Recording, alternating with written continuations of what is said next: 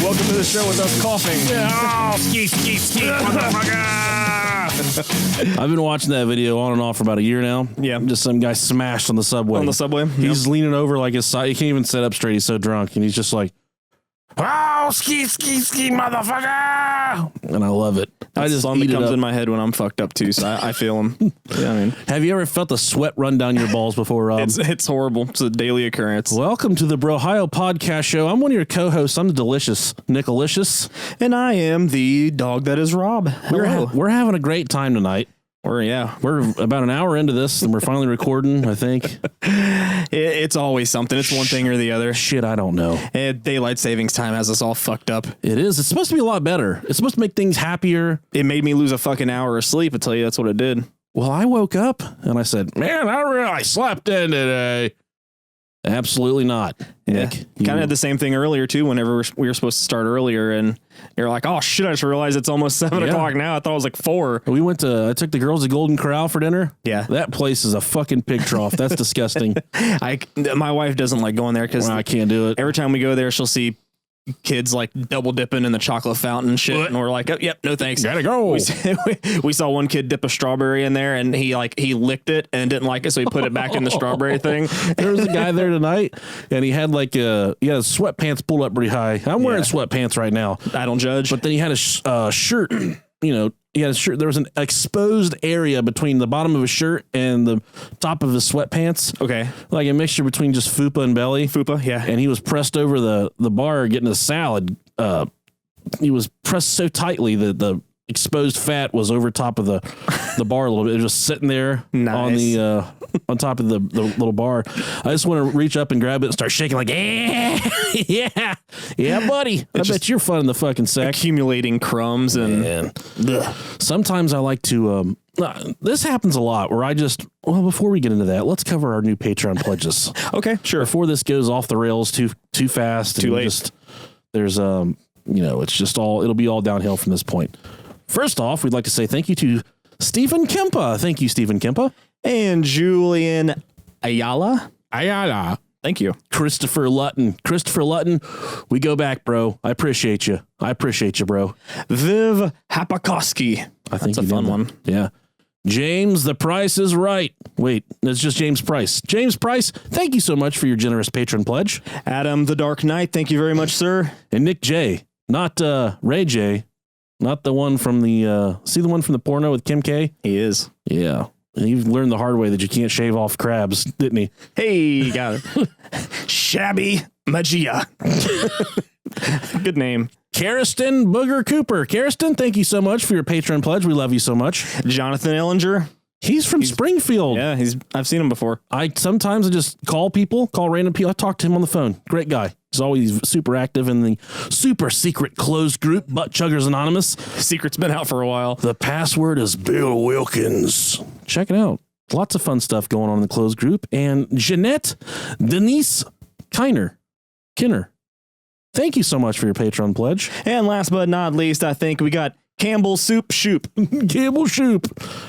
If you guys would like to hop on the Patreon and get a shout out at the beginning of the episode for $1, go to patreon.com/Brohio podcast. Also, last week we said if you leave us a review and you put in the review, I came for butt chugging and stayed for the party, we would give you a shout out on the next episode. About 100 of you stood. It did not disappoint at all. 100 of you. So at the end of this episode, you can wait and we'll do all the shout outs for the people that left the reviews there at the end of the episode. That way we don't bog everybody down with 20 minutes of names. We're getting there right now. But I have to talk to you. I always tell you how I have all these irrational scenarios going on in my head at any given time. Right. Someone will say, what are you thinking about right now? And I'm like, you don't want to know what I'm fucking thinking about. Or I'll just ask people questions. Just strange questions just to get...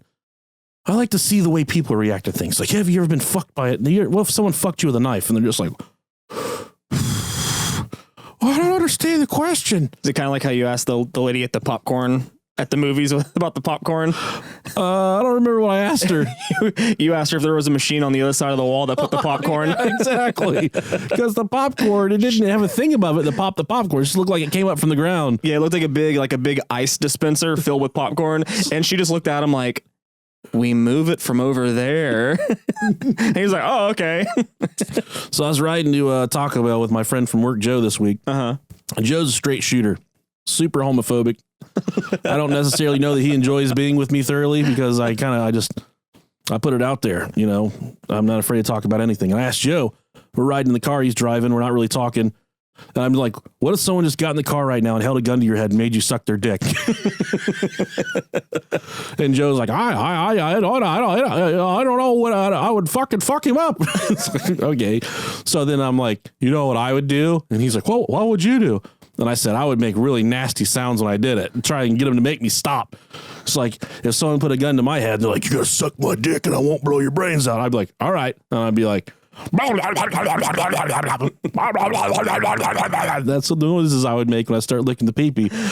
But then I know some people like it whenever they like the gagging and stuff. So then I would do a little bit of that. And I would do like deep I would do like deep drunk dry heaves like overly long, like just fart a little bit. I would just get to the point where the guy would be like, all right, just quit sucking my fucking dick. I'll let you out of the car. I'm not going to shoot you. Just quit sucking my wiener. So for you ladies out there that don't necessarily like fellation your husbands anymore, there's your out. Next time he's like, hey, good looking, won't you suck on my pee-pee tonight? And you'd be like, sure, I'll suck on your pee-pee. You got it, daddy. Go on down there and just be like, just like you're a fucking Pocahontas trying to summon a rhinoceros or something. Just get up on it and start talking to it like it's a fucking, a walkie-talkie, kind of like you're talking to turtles. Just pinch the tip so it opens up the wiener and just blow in it a little bit. I love you, turtle. I love turtles. We had a lot of reviews asking about my penis glands last week, and I forgot about that. I said, what's all the concern? What'd you even say? I don't even remember. I think I said I got kicked in the penis glands or something. I don't remember. I don't remember either. But if you're super concerned for my penis glands, they're all right. My penis glands are fine. Don't worry about me. They're still there. And then I had another moment this week. All my life, I've swore that the people that work at Chick-fil-A are part of a fucking cult. There's something crazy going on there. You never see the people that work there at the Chick-fil-A out in the community.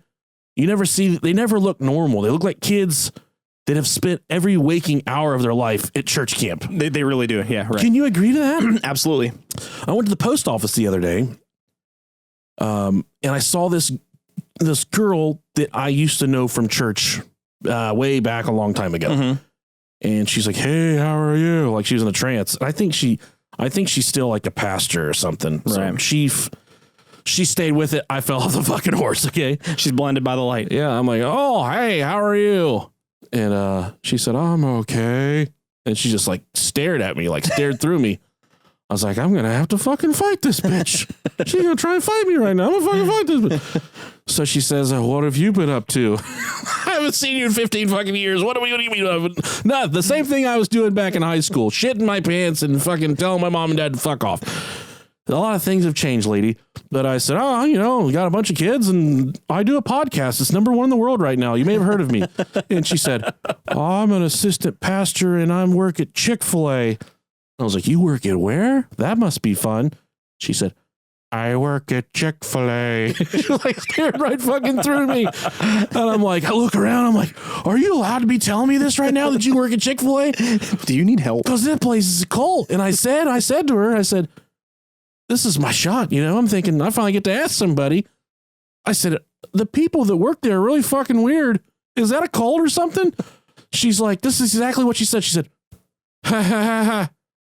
I don't know. And then she stopped talking to me. She walked away from me and stopped talking to me.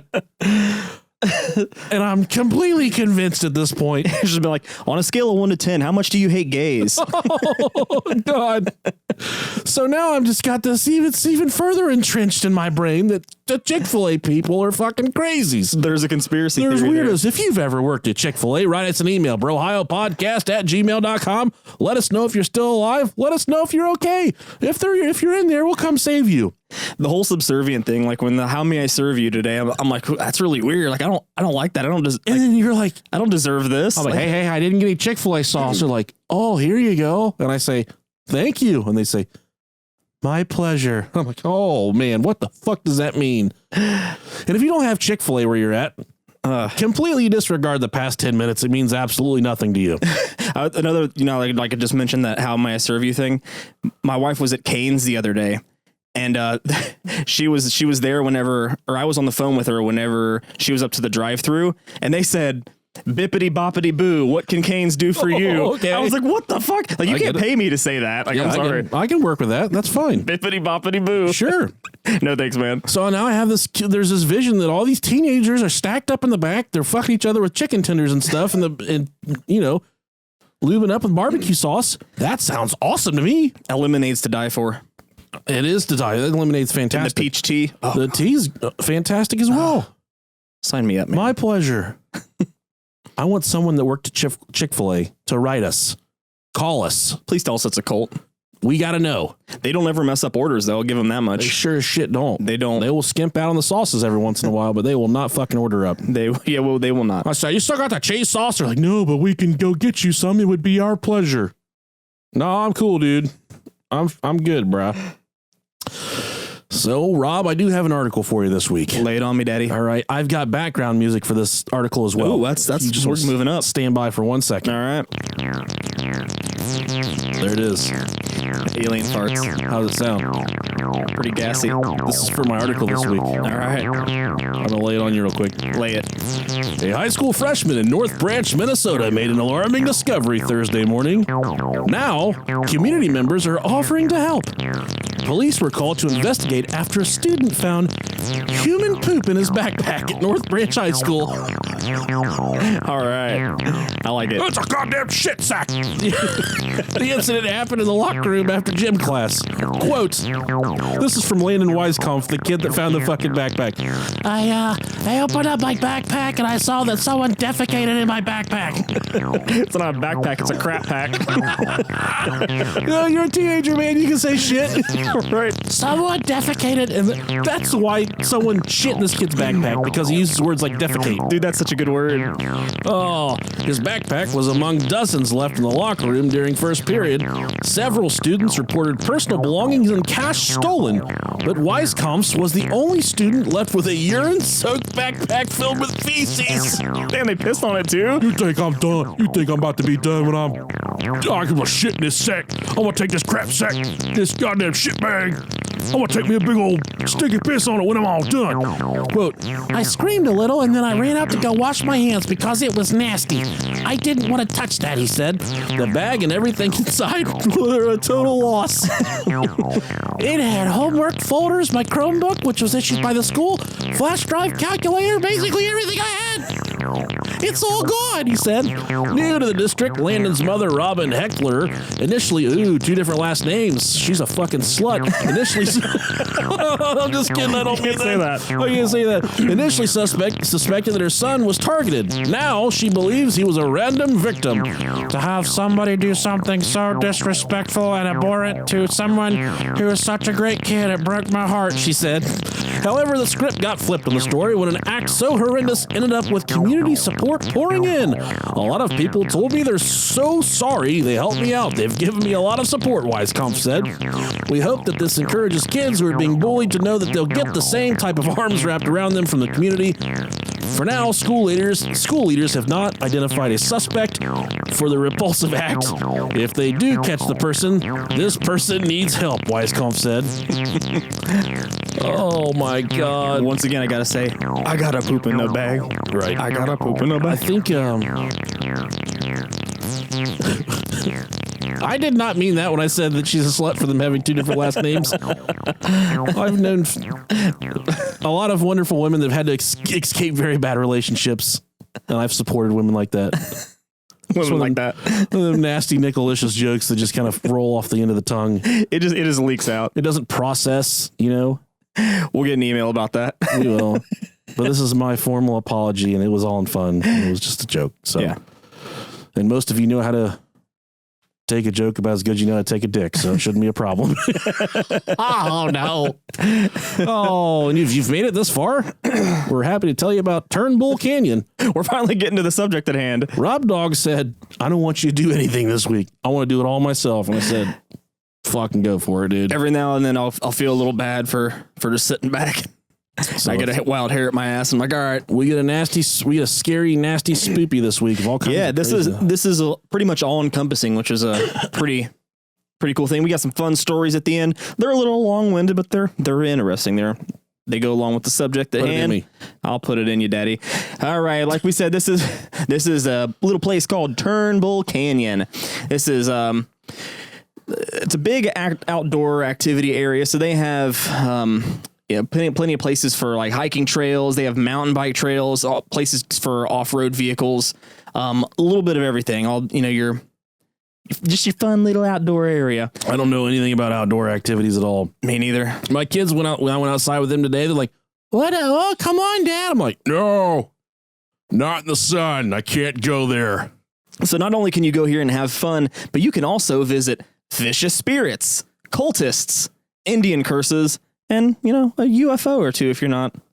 All in one canyon. It's like I said, it's all encompassing. Sounds wonderful. Like this is made for us. Exactly. I know. That's why I said Kitty scared me over Careful for the kitty cat. She's new. She's not really used to the podcast. She doesn't know what to do yet. Yeah, she's all freaking out over here. Yeah. She's by the alien thought reading helmet. She's okay. Yeah, she's all right. This is in Puente Hills, California.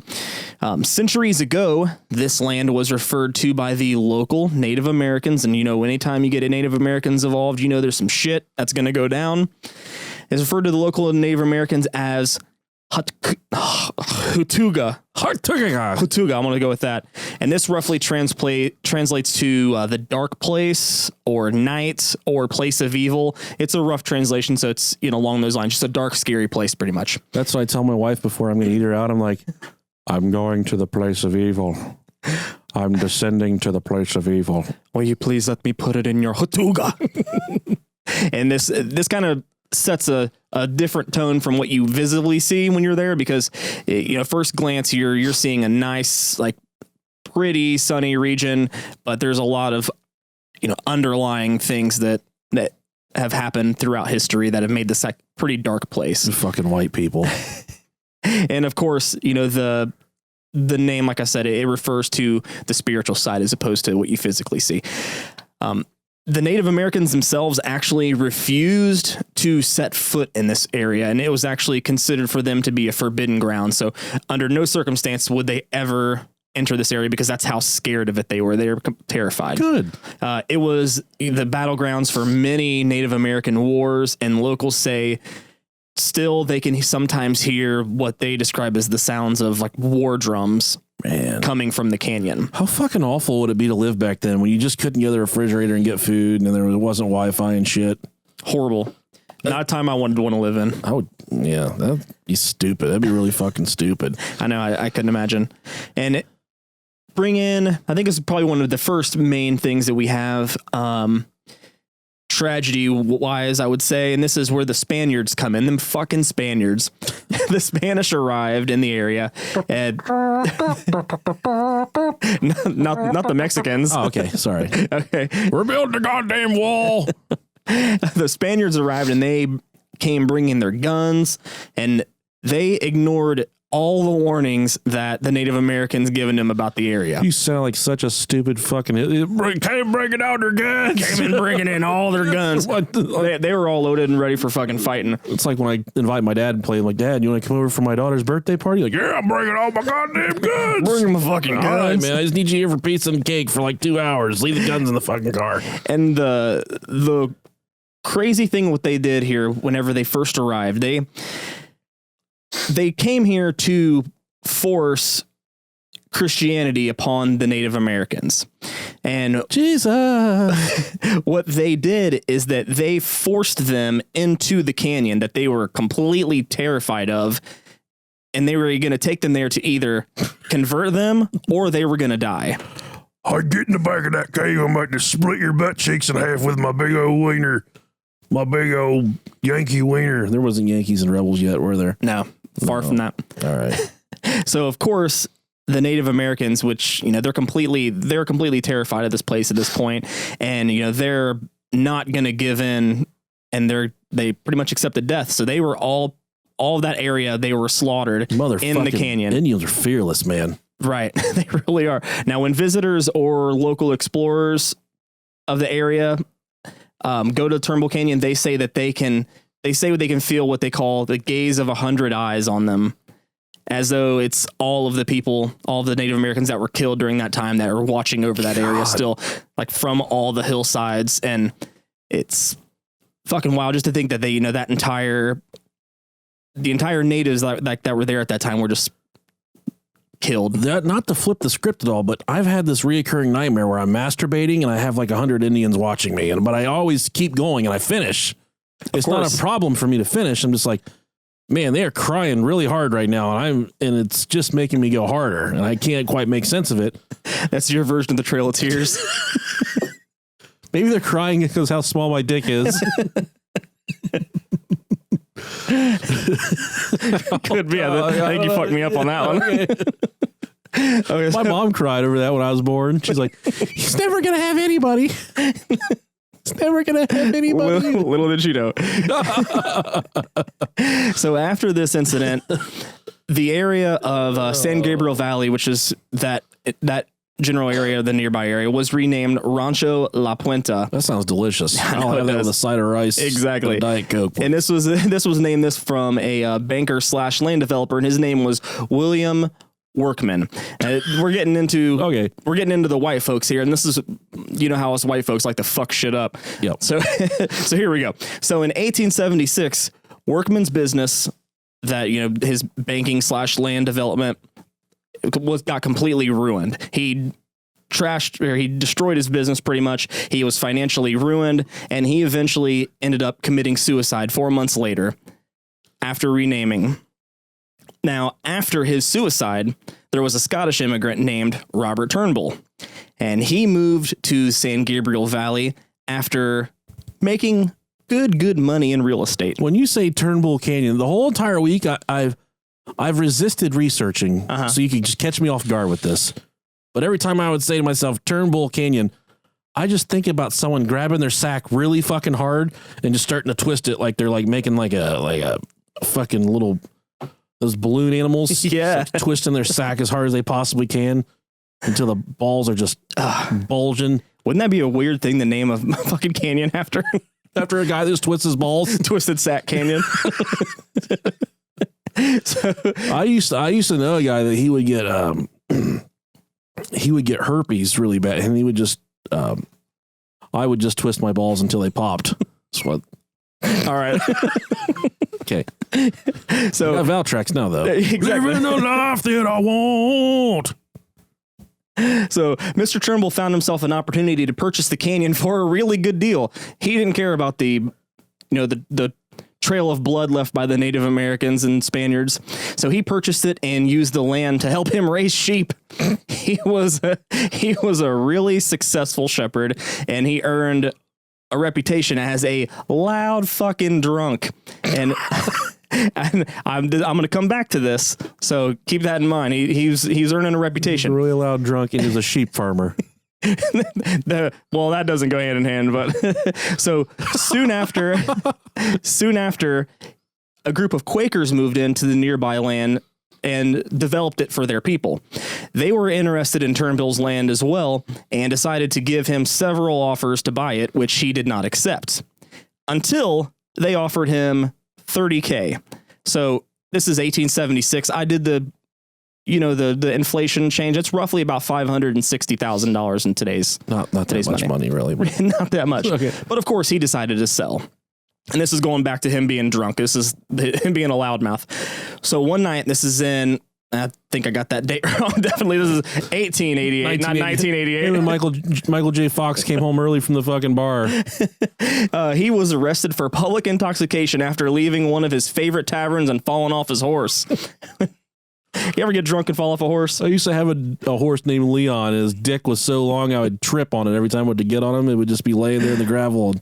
I got drunk and fell into a horse once. No way. So when he returned home the next day, his housekeeper, Mary Kate. Ashley. Yeah. Nasty fucking balls. She noticed that he had bruising all over his face and body and assumed that he had been in a bad fight and got his ass beat. So naturally he went in, he took a long nap, All right. Woke up the next day and actually just left the house. He didn't say anything to her. She had ended up calling the authorities and said that, something's wrong. He doesn't seem right. There's, you guys need to figure out what's going on with him because something's wrong. He left the house in mismatched clothes. He was wearing one of her hats. What would these people think if they saw me leave my house today? If they would have saw me go to Golden Corral earlier, they'd have called the fucking Walmart, police. let alone we need the SWAT team. Go on sweatpants and a Cactus Jack shirt, socks and sandals. Now, the following day, he was actually found by two children, and he was floating face down in the Los Angeles River. It was, the coroner said whenever they investigated, and this is kind of a weird thing, they said that he died due to a blood clot from a head injury, and it was also very possible that he could have been murdered. So it's kind of one or the other, if you ask me. I mean, either. Fantastic investigative skills on their part. Yeah, and this is after this incident. The Quakers this is when they renamed it Turnbull Canyon in his honor. So it wasn't the guy that just twists his nutsack like a helicopter and let it spin free. I wish it was. That'd be way more up our alley. But the real epiphany for me right here is you said he kept sheep and then you called him a shepherd. I didn't know a shepherd was a sheep farmer. You didn't? I didn't know that. I just thought shepherd was something in the Bible. Like Jesus got shepherds. I thought shepherds were just like black and brown dogs that were really smart that shit huge piles and bit people. I don't think they're shepherds anymore. Unless you live in like fucking Norway or something. I think there's still like 3 or 4 of them. There's definitely still shepherds in Ireland. Yeah, for sure. It has to be in like Middle Earth. Middle Earth. Where Lord of the Rings and stuff happened. I've never watched Lord of the Rings. Oh, you fucking sinner. Yeah. Right. So we're going to jump ahead here to the time of the Great Depression. This is where a lot of the stories take place of the crazy shit that happened here. During the time of the Great Depression, the residents of Puente Hills were hearing rumors that there was a group of people that would meet inside of the canyon, and they would be wearing black robes and enacting rituals. So they actually had one of the members of the community sneak in during one of these rituals and kind of observe it from afar. And he came back and he told the story of what he saw. And this included a group of hooded adults circling what he said was a cross. And from what he could tell, there was a little boy around the age of 12 tied to it, which is never good. And a thriller. Welcome to Neverland Ranch. I don't know why that took me a second to catch. Jackson. How would you like to come lay on this cross? Bubbles? We're going to walk around you. We're going to jizz on you. Well, it's just going to be me. But I say we because I'm going to make it sound like there's more than just me. R. Kelly, too. But it's actually just going to be me playing with your dick in my bed. And then we're going to make a documentary about it in about 30 years. And everyone's going to be upset about me and my music. Because I play with your dick. But let me ask you this. Was there anybody else playing with your dick? Did it feel good? I think Bubbles did. Bubbles has to be guilty. What do you think Michael Jackson's dick looked like? I don't know. I think it looked like a taquito. Those frozen taquito. Those things you get from Walmart. And you're like, when your wife's like, what do you want for lunch? We're not going out. And you're like, just give me some fucking taquitos. That's what Michael Jackson's dick looked like. Give me some MJ dicks. The witness said that he saw them dancing around the boy and chanting in a language that he couldn't understand. It may have been one of them Spaniards, who fucking knows. Then after a little bit of time, the chanting grew louder, and they ended up stuffing a cloth in the child's mouth. They lifted the cross up into the air, turned it upside down cross, upside down kid on a cross. That's, hey. What can you do? And he saw everybody start striking the boy. Jesus. Are you going to fuck me in the ass, are you? No, we're just going to kick the shit out of you. Shut the fuck up. He said he could see blood flying everywhere, and it was vicious. Damn. There was, after the attack, he could still tell from where he was at that the boy was still alive. He was still breathing. Then what they ended up doing is they removed him from the cross, stuffed him into a sack, and tossed him into the back of a fucking wagon and took off with him. Jesus, man. So this guy returns back to town, tells everybody what he sees, And the rest of the town didn't believe him. They were like, this is too outlandish. There's no way, we heard that there may have been people gathering, but there's no way it's this crazy. This kid grew up to be the guy from fucking House of Cards. I don't even know his name, but what was that? I don't even remember. I don't know. It's something stupid. He's never going to be on TV ever again. I know that. Kevin Spacey? Yeah. Okay, thank you. He likes little boys too. Yeah, he does. Several months later. What, is this like the pedophile episode? I hope not. I hope not too. We already had one of those. Yeah. Several months later, though, there happened to be a string of disappearances and kidnappings in the area. So the town finally started to believe that, maybe what, this witness to all these things saw could be actually could have been true. And they all got together pretty much in angry mob form, grabbed all their guns. I'm sure they had their torches, just typical angry mob, and they went into the canyon. Now, when they arrived at the canyon, of course, there was no cult there. Everybody was gone. And the boy that was in the sack thrown into the back of the wagon was never seen ever again after that. Wow. It's so sad. The poor boy. You think he was real? No. All right. I think it's horseshit. Okay. Jesus. TLDR. No. Then in the 1930s, of course, around the same time, naturally, there was an insane asylum. Because what's a good old fashioned story without an insane asylum? In a fucking canyon? On the outskirts. How crazy do you have to be in order to get put in an insane asylum at the bottom of a canyon? Right, exactly. I know. I don't know where we're going to put this one. They really shoved it pretty far up his sister's ass. I've got a very good place for him at the bottom of Turnbull Canyon. I can't even imagine just building something down there. It's fucking wild. What are you in for? I was shoving grasshoppers down my dick hole. Watching them not fly out. You're pretty fucked up. That's a challenge. That's like Kegels, like for guys. You can do it. Okay, cool. Don't be concerned at all. They can be done. And this mental institution, or insane asylum, I should say, took patients from the surrounding Puente Hills area and pretty much took them in order to help them, of course. And it isn't actually very clear what exactly was done at this location, but there was a lot of rumors that, as any insane asylum that we talk about, there's mistreatment, there's overpopulation, electric shock therapy. Let's see that. There's a story about this. This is kind of what this is leading to, but healing was pretty much far from what they were actually doing there. The building lasted for about 10 years before it was mysteriously burned down in the 40s. Now, explorers of the canyon say they could sense a feeling of panic or fear. And for those visitors who are thought to be spiritually gifted, they state that it feels like something is reaching into your brain and caressing it. Isn't that fucking weird? I don't know if I would like that. I don't like that at all.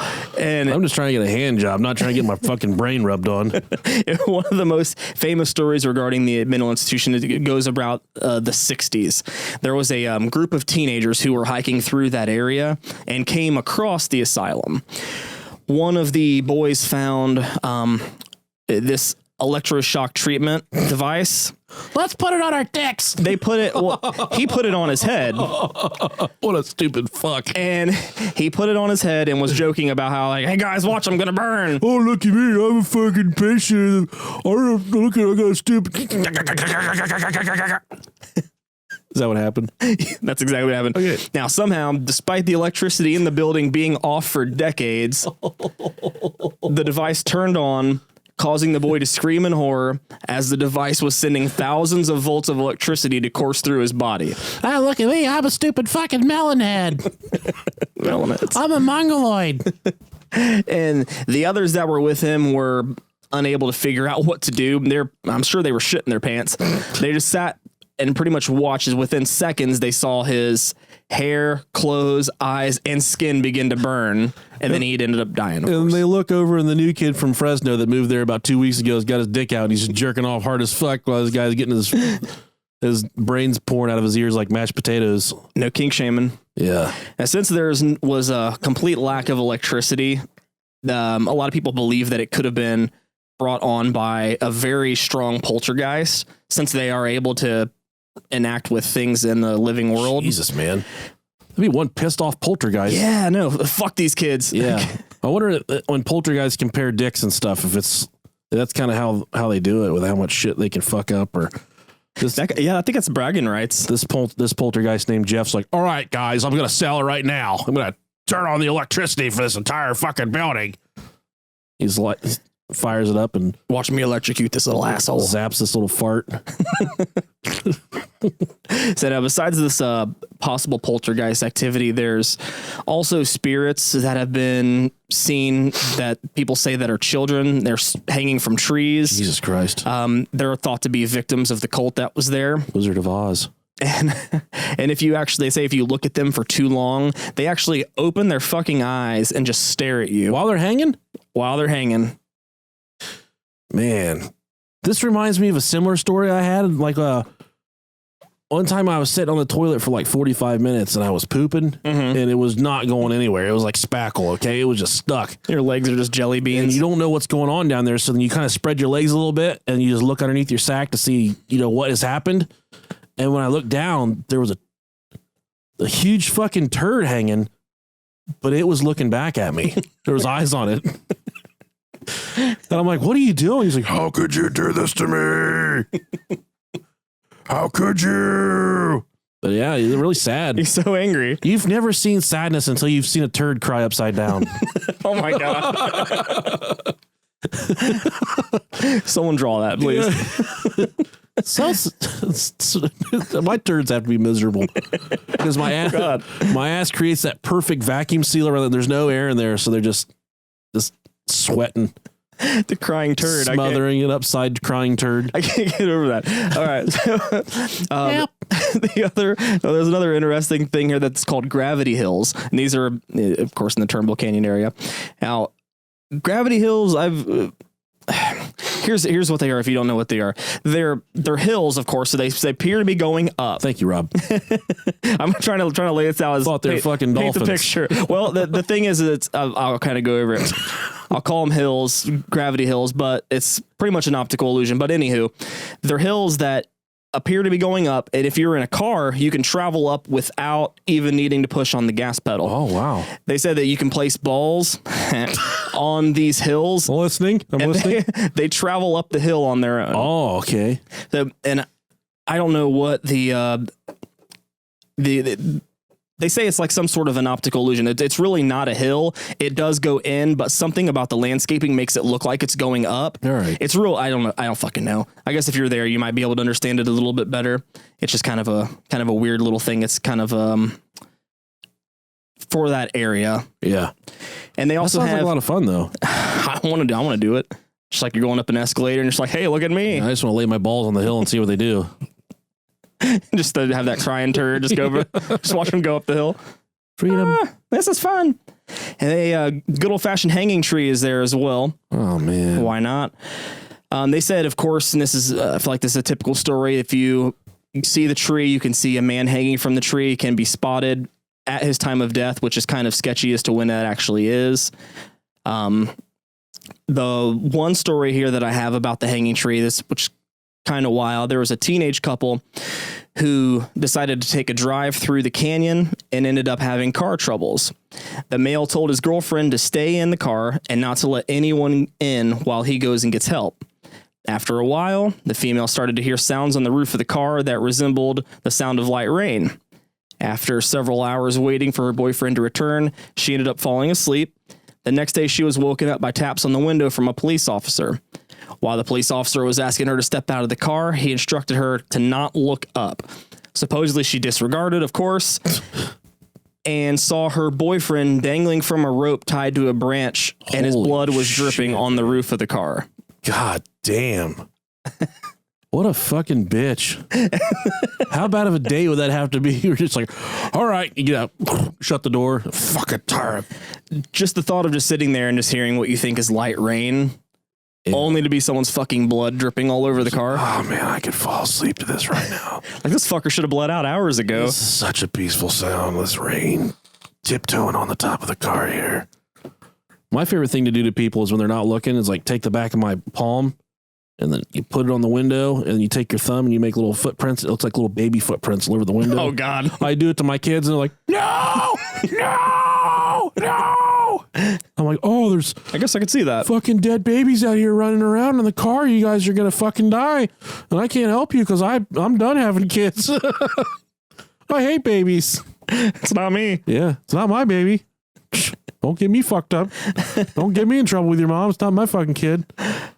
So we're down to the story portion. All right. So these are actual people's stories that have been around the area or visited it for some strange reason. I don't know why the fuck you'd want to. Right. But yeah, let's read these. Okay. Let me do the first one. Yeah, go ahead. All right. I've not read this story, so I'm going to try and fumble through this. Fumble. It says, I'm not much of a writer, but I know this is the place for my experiences on Turnbull Canyon. There is harsh language in this story. Welcome. I think you're in an okay spot, Tom. Whatever your fucking name is. The background. I went to college in the area and would frequent Turnbull on smoke runs as well as the occasional joyride in my friend's car. The main road is littered with winding roads and hairpin turns on the edge of steep cliffs. You ascend a barren ridge which leads to some sparse housing, fire roads, and eventually to Hacienda Heights. Aside from it being a local racing landmark, Turnbull is also is notorious for paranormal and cult activity. There have been numerous unsolved murders over the years, as well as stories perpetuated through blogs, both occult and racing related. Some tales are fantastic and unbelievable, like one I heard about a driver who was chased by a coyote on its hind legs after being run over. Holy shit. However, there are some chillingly real stories, like what happened in 2002 when a 17-year-old girl who was trying to get her friend out of a cult was tortured, killed, and then dragged from a car for 4 miles before being dumped. There are local explanations and folklore for the evil ranging from an abandoned insane asylum, plane crash, and cult sacrifices to ancient Native American battlegrounds. Fortunately, the experiences my friends and I have had there are tamer, but still freak me out whenever I think about them. When I heard the third and fourth hand accounts, I brushed it off as BS. But as I progressed through college and degrees of separation between the account and storyteller began to diminish. Pretty soon, people I knew were telling me about bizarre occurrences that happened to them on Turnbull Canyon. This finally culminated in my own experience, to which I still have no logical explanation. Dan was an adrenaline junkie. You can imagine how he felt when he got a new Subaru STI and moved to Whittier. I think that's how you pronounce that. Yeah, Whittier. Or Whittier, I don't know. The entrance to Turnbull. He would spend hours hauling ass up and down the treacherous roads that claim at least one fatality a year. It was not long before he had a strange experience. There were 2 spots on the canyon where his car would turn off completely for no reason. This was most frequent between midnight and 7 a.m. He took the car back to the dealership to see if it was a mechanical error. There was nothing wrong with the car. Dan also used to get up early and park his car on the side of the road to watch the sunrise. What a fucking douchebag. From his favorite spot in Turnbull, the sun rises next to a dilapidated water tower which rests halfway up a ridge on the opposite side of the canyon. The water tower has long since been out of use and is only accessible through fire roads and rarely walked hiking trails. It was on a such morning in the minutes before dawn that he first saw the cloaked figure. He told me the thing rose out of the earth like there was a pile of dark fabric on the ground that inflated into a person. As the morning made its arrival, Dan realized the man was looking directly at him. The tower was too far for Dan to make out any discernible characteristics, but close enough to know that he was being watched.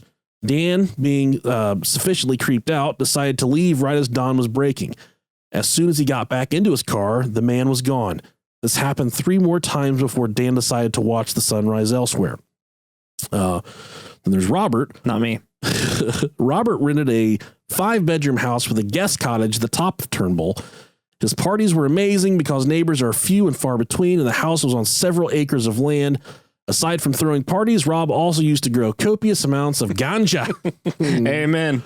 In the guest house, which was located on the opposite side of the poorly lit lawn. And marijuana is highly overdosable. You can die from smoking too much of it. So the grow room was really several standalone grow tents in the 3-car garage the cottage sat on. One fall evening, when his roommates were at a concert and he was tending to his babies, he heard a scraping noise. The noise persisted over the carbon filters, dehumidifiers, and fans, and seemed to be coming from outside on the other side of the cottage. Strange noises were not uncommon with the wilderness, wild peacocks, Jesus Christ, and his dog Jenny running around. Jenny! Yeah. Get the goddamn peacocks out of that fucking driveway. I'm like, fuck all right in their fucking peacock feathers. However, the combination of his paranoid personality, commercial grow operation, and the sativa he had been smoking on him had him spooked. He sat in his tent, shiny with 1,000 watts of high-pressure sodium for half an hour in bloodshot fear. As soon as he got the courage to move, the scraping stopped. He stood in the doorway, adjusting the darkness, and called for Jenny. Jenny must have escaped again because she would always come whenever called, and she was never allowed inside of the cottage. There was no sound aside from the collective humming of his equipment behind him. Everything was black except for the porch lights of the main house on the other side of the lawn. The scraping started again. Rob bolted across the lawn for his life, the overwhelming feeling of being watched making him nauseous. He reached the door, practically breaking it down. Once inside, he turned on the lights and peered outside.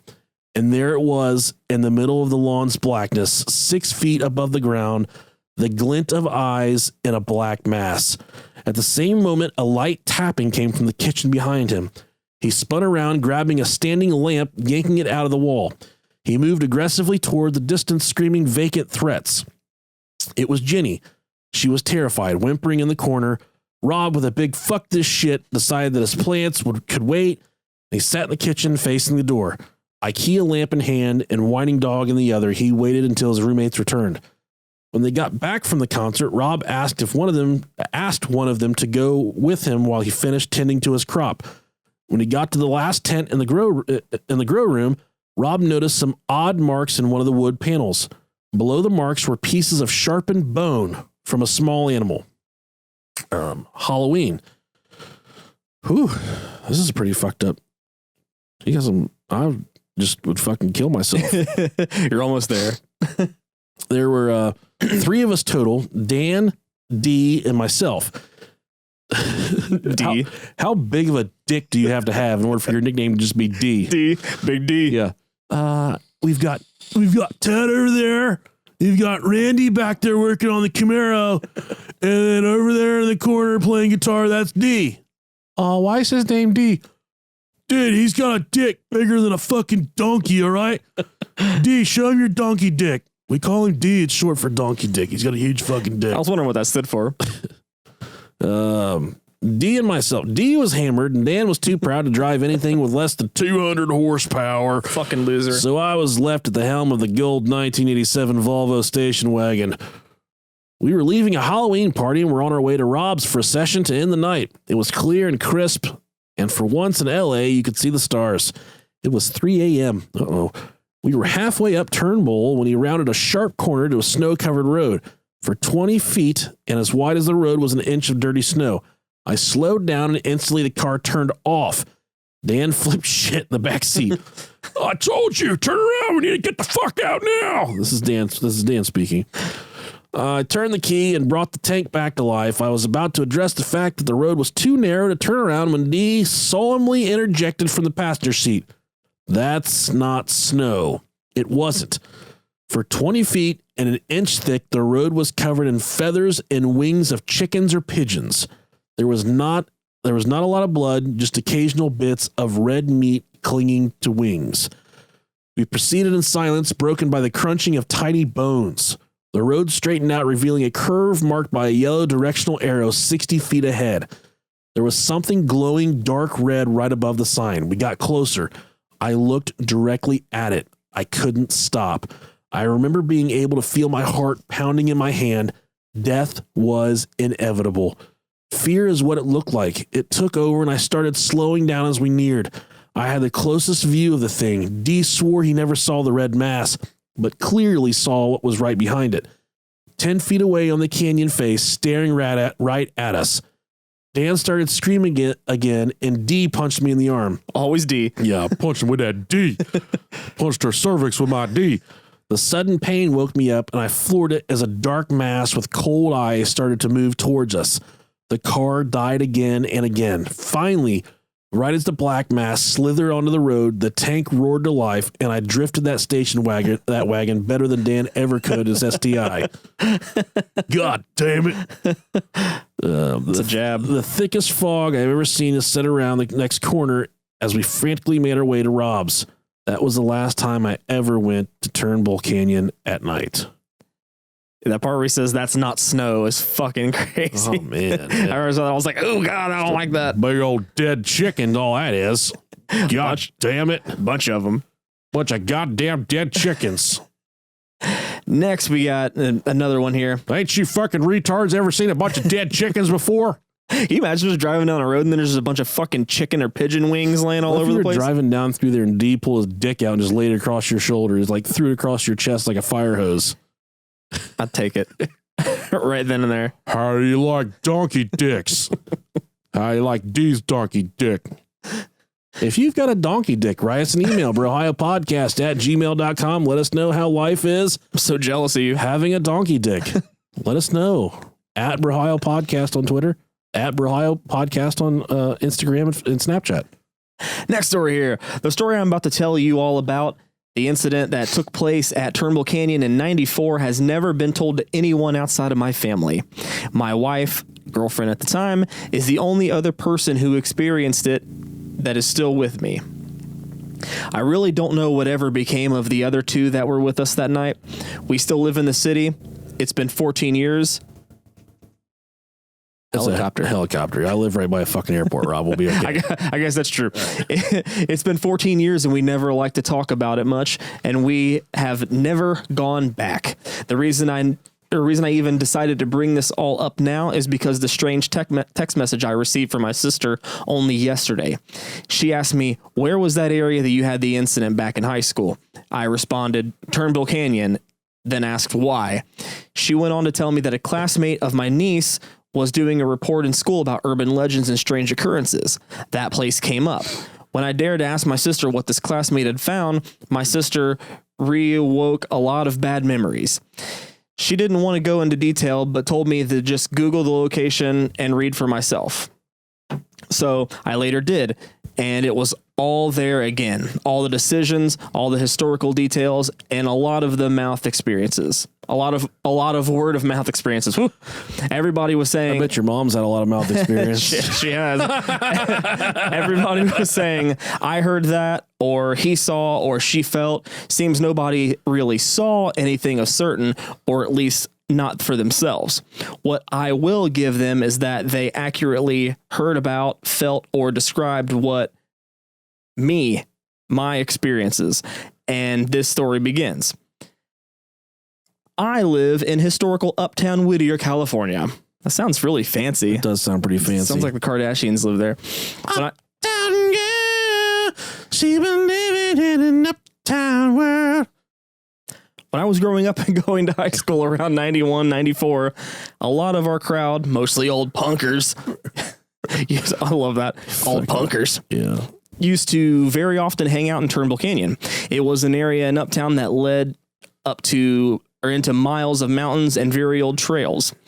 We hear all the rumors about ghosts, haunted sites, satanic cults, meetings, blah, blah, so on. We were teens. Hearing that stuff didn't scare us away. It only made us more curious. Yeah, fucking scare me. Exactly. Anyways, over the years, we continued to go there mostly in the day till about senior year when my girlfriend, Sandra, had some friends from the Navy come down and visit San Diego. And I think we can agree that we all had a girlfriend in high school named Sandy that could just suck the fucking chrome off of a fucking trailer hitch. Am I right? Yeah, absolutely. Yes. I think we had the same Sandy. She's 300 pounds now. 350. 350. I was going to say Four. It was oddly about 15 minutes till midnight. They had a car and an urge for a cheap thrill. Not that I wouldn't suck the fart out of a fucking 300 pounder's ass. Nicolicious knows no boundaries, okay? Speaking of cheap thrills. Don't get that fucking twisted. That was not a jab. Not at all. Unless it was a jab with my dick. That's exactly what it was. For some strange reason, I don't know what the heck possessed me, I suggested driving out to Turnbull Canyon. There was an area that was christened The Spot. Just like Nick's ass. It required going through this very narrow hiking trail with heavy brush on both sides. The trail stretches and curves for quite a distance before you come to a small opening on the right side of the brush. The opening goes down slightly steep incline into trees surrounding area where the crowd hung out. This is The Spot. We had arrived and parked the car outside the opening to the trail. It was dark, cold, and I had already creeped John and Tony out with rumors of Turnbull Canyon. We had already walked quite a ways down the trail when we first heard it. There was this volume of multiple muffled voices coming from the direction that we had just came from. At first, it sounded a lot like military type chants, the kind that sound real aggressive, like when you say, Sir, yes, sir. Scared me a little bit. Okay, good. But this was about 20 of them. And at the same time that we realized the voices were getting closer, we also regretfully realized that the voices were not speaking English or any other language than any of us had ever heard. ISIS. Sandra looked really freaked out, and both John and Tony were turning to me as if I had all the answers. All we could do was whisper to each other. We knew we couldn't go back the way we came because we would run right into whoever or whatever that was. I decided that we should just keep heading for the spot area, hide there, and wait it out. This marching of angry voices were still getting louder and closer. Whenever we reached the spot, which wasn't that much farther ahead, we quickly got down the incline and within the trees for cover. With the moonlight, we could still somewhat see the branches up to the trail. We were able to talk a little louder to each other. The voices were still coming and would soon reach us and hopefully pass us. Our hearts were pounding like mad as they reached the top of our area and came into our view. I could make out about 15 or so dark figures through the branches. I don't know if I was just breathing hard or in a serious panic attack. I could clearly hear that they were freaking chanting something repeatedly. The one in front would chant something, and then the rest in the back would answer aggressively. I remember turning around in our hiding place and looking behind us for the first time, and my heart literally stopped. There with us the whole time were backpacks. Big 5-gallon water containers and some other stuff that sure didn't belong to us. So that left you know who. We felt like sitting ducks. About that time, the chanting suddenly stopped. We just listened as one of the figures recited something in that same unknown language. They all said something together, and then one of them let out a loud, blood-curdling shriek.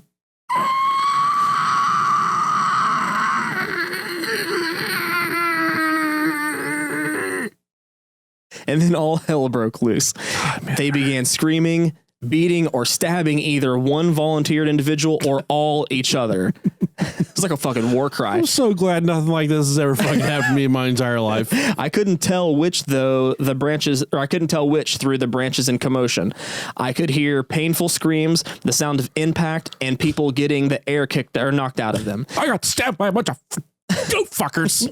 This continued on for what felt like a lifetime. I remember holding Sandra close to me and whispering every cuss word in the book to myself for taking us there.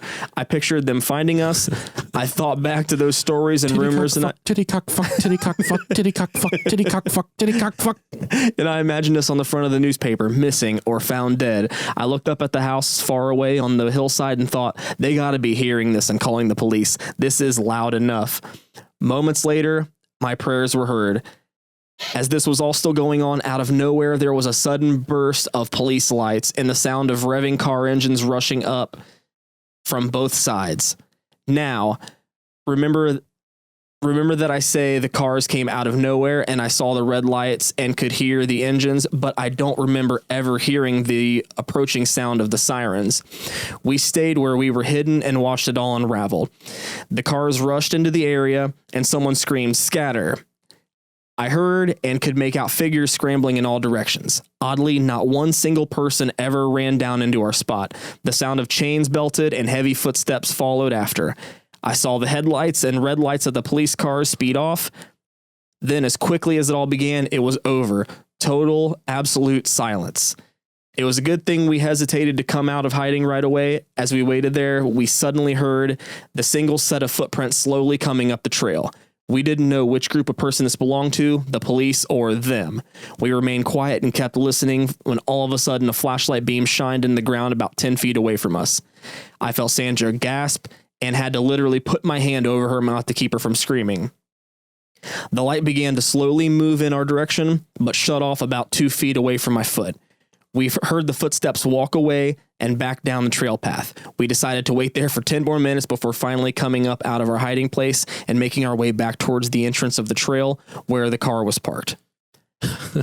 As we exited out, we found something disturbing lying on the ground next to the car. It was a clear plastic bag tied up. Inside the bag, we could find different rocks and some sort of plant or weed. No, not that kind. The disturbing part is that smeared all over the bag was something that even at the time, or hang on. The disturbing part is that smeared all over the bag was something that even at the time of night was clearly blood. We quickly jumped in the car, started it up, and did about 90 miles an hour on the road back to the city lights, but not before letting out a long overdue scream that could have been heard miles away. Jeez. To this day, I truly don't know what we walked into that night, and the worst part is I don't know if what we saw was really there. And I'm just going to stop it there because that's pretty much all that there is. God damn. Woo. Wild, wild, wild. So it goes back to, you guys can buy my VHS for 3 easy payments of $9.99. It's called Bald Eagle Defense Systems. But anytime you're caught in a situation like this where, you know, your life's in peril, you're in danger, you're being attacked by some kind of other out-of-worldly, or could be the police pressing down on you. The best possible thing you can do for yourself is just shit all up and down your back. Nobody's going to want to touch you. And this isn't just for these type situations either. This will work when you're getting fired at work, when you're getting in trouble, you're getting written up for something at work. If you're being read your Miranda rights by a police officer. If your wife says we need to have a talk. If your wife says we need to have a talk, just squeeze a big creamy shit out all over yourself. If your baby shits its diaper. Yeah. Hey. I can't change it. I shit my pants. Exactly. I can't change your dad. I shit my pants. I learned so much from that DVD. It's VHS. Okay, I'm sorry. Yeah. You might have got one of the limited run DVDs. I think I did. Yeah. Those are expensive. The next one's called The Canyon from Hell. As of most of the research that I would type in Turnbull Canyon and I would just look, and most of the times it was referred to as the gates of hell. Yeah. Or the gates to hell. But they said there's physical gates there, and they give a description of, you know, the crossroads, and then you got to go through some bushes, but there's never been a physical entrance that anybody's ever been able to find. But they say this is the location to the gates of hell. And I told you I was kind of gonna maybe steer some research towards the spiritual connection between, you know, the paranormal and Indians and stuff like that. How the Indians themselves are so much more in touch with the spiritual side of the world and like the paranormal side of the world. And Indians are they're very fearful of the dead. So they believe that whenever someone dies, you have to give them a proper burial. And I don't mean like Bin Laden, like dumping them off in the middle of the ocean, but I'm talking like, you know, burying someone. And what Native Americans would do, they would really seclude their burial grounds, their cemeteries. They would put them on islands. They would put them off in secluded areas. And the reason they thought that these people could actually, if they were kind of stuck in the in-between, they could actually hurt you in, you know, your current life. So they would bury these people and keep them far away from these Indian civilizations, from the teepees and shit, wherever the fucking Indians hung out. I don't know where Indians hang out. I would assume it's teepees, like a little town of teepees. It's casinos now. Yeah, it's casinos for sure.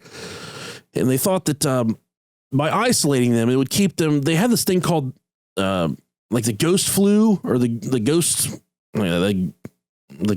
illness, and it's after loved ones would die, possibly unexpectedly, or maybe they suspected that the loved one would have a hard time passing on.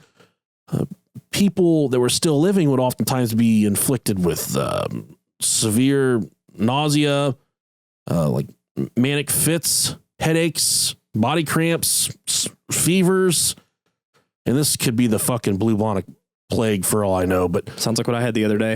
Yeah, but they thought that this was something called the ghost flu or the ghost cold, where these ghosts, if they were stuck, they couldn't pass on to the afterlife. They would attach themselves to certain people in the real world, and they would get them sick with this ghost illness.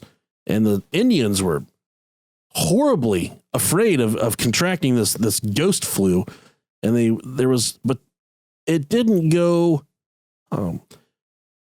So for them to help balance out the universe, there has to be positive and there has to be negative. So they kind of welcomed ghosts and demons and that stuff because it was the negative to the positive, and it kind of balanced out the universe. So the yin to the yang. Exactly. And the Indians were cool with ghosts and shit. They were ultimately, at the end of the day, completely terrified of ghosts and spirits, things like that. But they knew they needed them to help balance out the chi of the universe. Makes sense. That's deep stuff right there. It Rob. is very deep. There's always got to be that balance. I don't know. I don't think so. Maybe there does. I don't know. That's why I always put Swedish fish in my mashed potatoes. That's why I was always a cowboy when we played Cowboys and Indians. Right. They're like, we must balance out the universe. We need positive energy. We need negative energy. And I'm like, let's get drunk and fuck some whores. Yeah. That's what I was made for. Amen. That's what I was made for. This last one's called The Canyon from Hell. I remember the night my ex-boyfriend had decided to take me on a late night drive. Oh, yeah. I don't know why, but when you first started talking, I didn't even realize you were getting into the story. I was like, oh, yeah. One-way ticket to Pound Town. We had recently broken up, him with me. Ooh, makeup sex. That's the absolute best. Oh, yeah. Yeah. Fuck you so hard. I'll fucking kill you and your mom at the same fucking time. Though we still kept in touch, and he said that he wanted to take me somewhere he enjoyed. You about to get dead, bitch. You about to get killed. I remember waiting until everyone was asleep, and then I escaped through the front door, hopping into my ex's car, and away we drove. I never asked him where we were going because I wanted to be a surprise. But he did give me some hints. He showed me his balls. No, I made that part up. He said that since our breakup, he had taken up drifting. What is this area, man? So many fucking tool bags. And that we were going to a place that was popular due to its turns. Perfect for drifting, he said. This has to be the guy in the STI. It has to be the same guy. It's a suckle. At the time, I didn't know what drifting was exactly, though I just imagined it as being something out of the Fast and the Furious. Never seen any of those either. Nope, never will. We arrived at the bottom of the hill, and I got a look at the sign, Turnbull Canyon Road. I didn't think anything of it as we drove up the hill, just that there was a lot of turns, and I was getting dizzier by the minute. Once we were at the top, my ex asked if I was ready to head back down, and I asked if we could take a break first since I felt nauseous from all the turns. He agreed, and we put the back seats down, and I fucked the shit out of him and settled down for a quick nap. Yeah, right. I had fallen into a very light sleep and perked up when I heard my boyfriend suddenly sit up in his seat, breathing quick and shallow. I was dismayed when he started shaking me awake, pulling me out of my comfortable slumber. Asshole. But I was suddenly wide awake when I saw the look in his face. My ex wasn't afraid of much of anything, but his eyes were wide and he looked panicked, like he had seen something that had scared the living shit out of him. I took that moment to take a look at our surroundings, perplexed by what I saw. Absolutely nothing. All the lights were off in the houses I saw. Though the fact that it was about 3 to 4 a.m. in the morning made sense, and the streets were surprisingly empty. Not even a raccoon sneaking through the garbage cans or an owl hooting while scooping out of the darkness for prey. It was dark, and the only lights on were the street lights, giving the street a pretty eerie appearance. I still wasn't sure what could have made my ex terrified beyond belief, but I didn't get to ask that question because he was telling me to put on my seatbelt, and we had to leave. He turned on the ignition and gunned the pedal, speeding down the hill. I was more terrified of his frantic driving because, 1, we were going downhill at a speed of almost 60 miles per hour, and 2, we almost crashed into the barrier that closed off the road from the side edge. Oof. I was afraid that we were going to barrel off the road and crash and die, though luckily we didn't, and we made it to the bottom of the hill. At that point, I was really worried about my ex because the whole drive down he was muttering to himself. I had only caught some of it because he was speaking so fast, but the parts I did hear sent shivers up my spine. Quote, We never should have come here. I'm sorry. Please let me go. I promise I won't ever come back here ever again. Jesus Christ. He's losing his shit, man. As soon as we reached the bottom, he seemed to breathe a huge sigh of relief, including the tears that had dripped freely down his down his cheeks. I'm sorry. I'd never seen my ex cry for anything. He then stepped out of the car and pulled out his pack of cigarettes, shakily lighting one and taking a long drag. I then worked up the courage to ask him what he had seen. He said that while we were resting from our trek up the hill, he'd been dozing off when a noise had awoken him.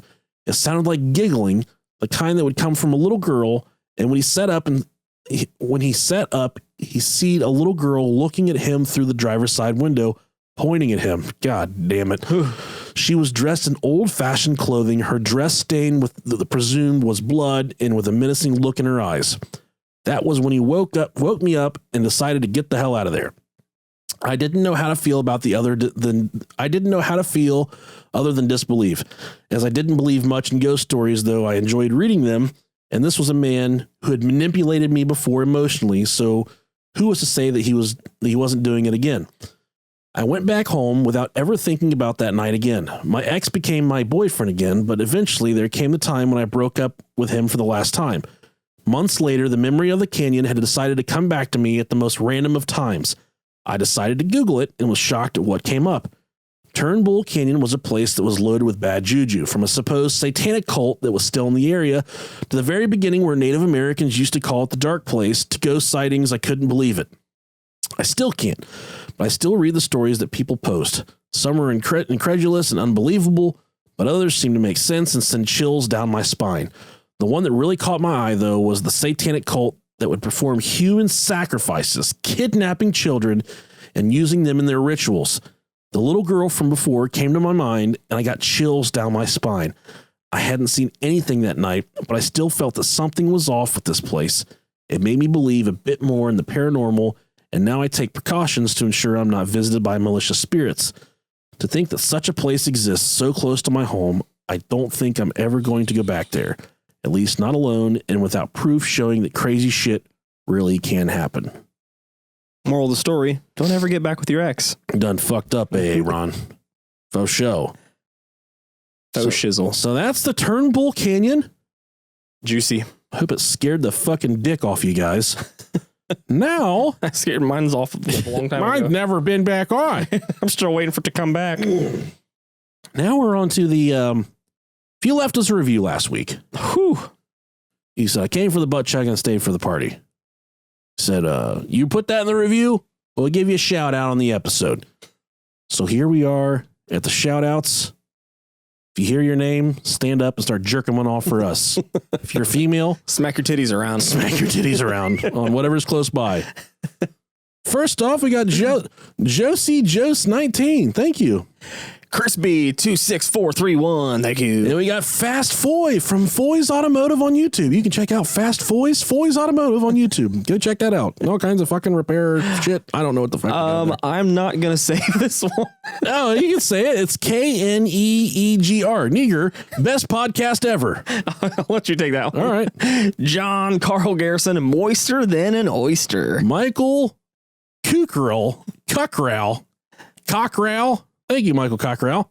Stephen B, keeping it classy. Drew Peacock. Thank you, Drew Peacock.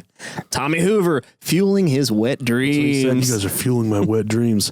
And we got Heather Brill Lane, or Lane, Lehn, Lawn, Heather Brill Lawn. Thank you, Heather. I don't know, Jersey Pete, though. I can say that one. That's Pete. That's old Pete from New Jersey. Yeah, yo, what up, Pete? He was there at the live show. We love Pete. He's our fucking dude. That's our dude. And Sam Normile. Thank you, Sam. Sam. Mononym Dave. Thank you, Dave. And we got Carrie Fedewa, a.k.a. Miss Fedora. Thank you, Carrie. She's an avid butt chugger and a longtime listener of the Brohio podcast.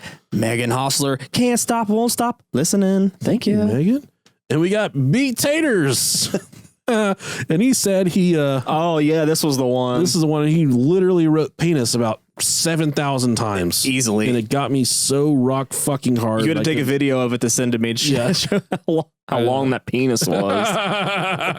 It would be the first video of a penis I've sent you before. It's not. Oh, God. Wait, oh, Tia. Thank you, Tia. Thank you, Tia. Next, we have Giovanni Camargo. Giovanni, thank you, buddy. Sophia Natasha. She's from Great Britain. She's from Great Britain, all the way over the pond. Next, we have Ryan, a.k.a. Netflix all day. Thank you, buddy. Jade, thank you. Bickle, 43. Bickle, we fucking love you, Bickle, 43. This is a pretty fucking cool name. Dash Dunham. Thanks, Dash. Thank you. Tyler Firestone.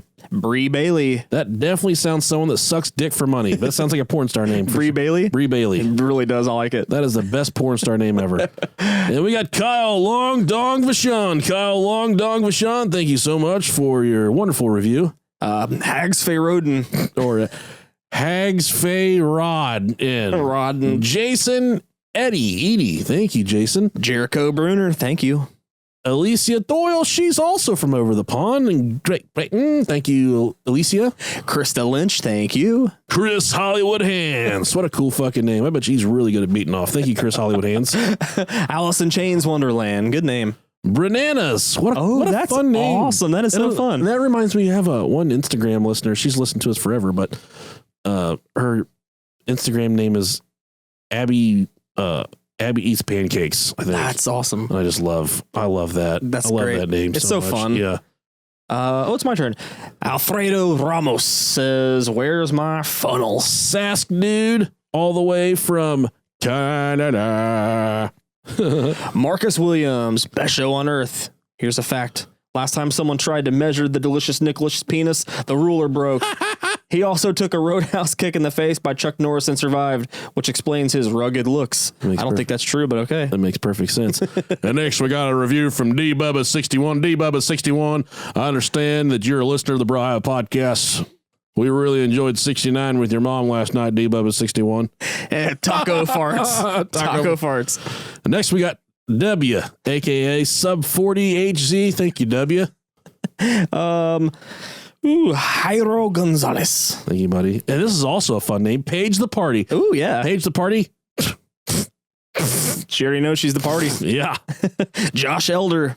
Samantha. Old Sammy Sam Nicole. Thank you, Samantha Nicole. Cheese, $13.90. Chris and Cassidy Hoffman, and nothing screams I fucked someone and I wasn't supposed to than like a combined iTunes account. You got combined Facebook accounts, combined Twitters, but nothing screams I put my dick in something I shouldn't have, like a combined iTunes account. I don't think it was a combined iTunes, but Chris and Cassidy Hoffman, thank you guys. We wish you nothing but the best. And Nicolicious, he's an ordained minister, so reach out.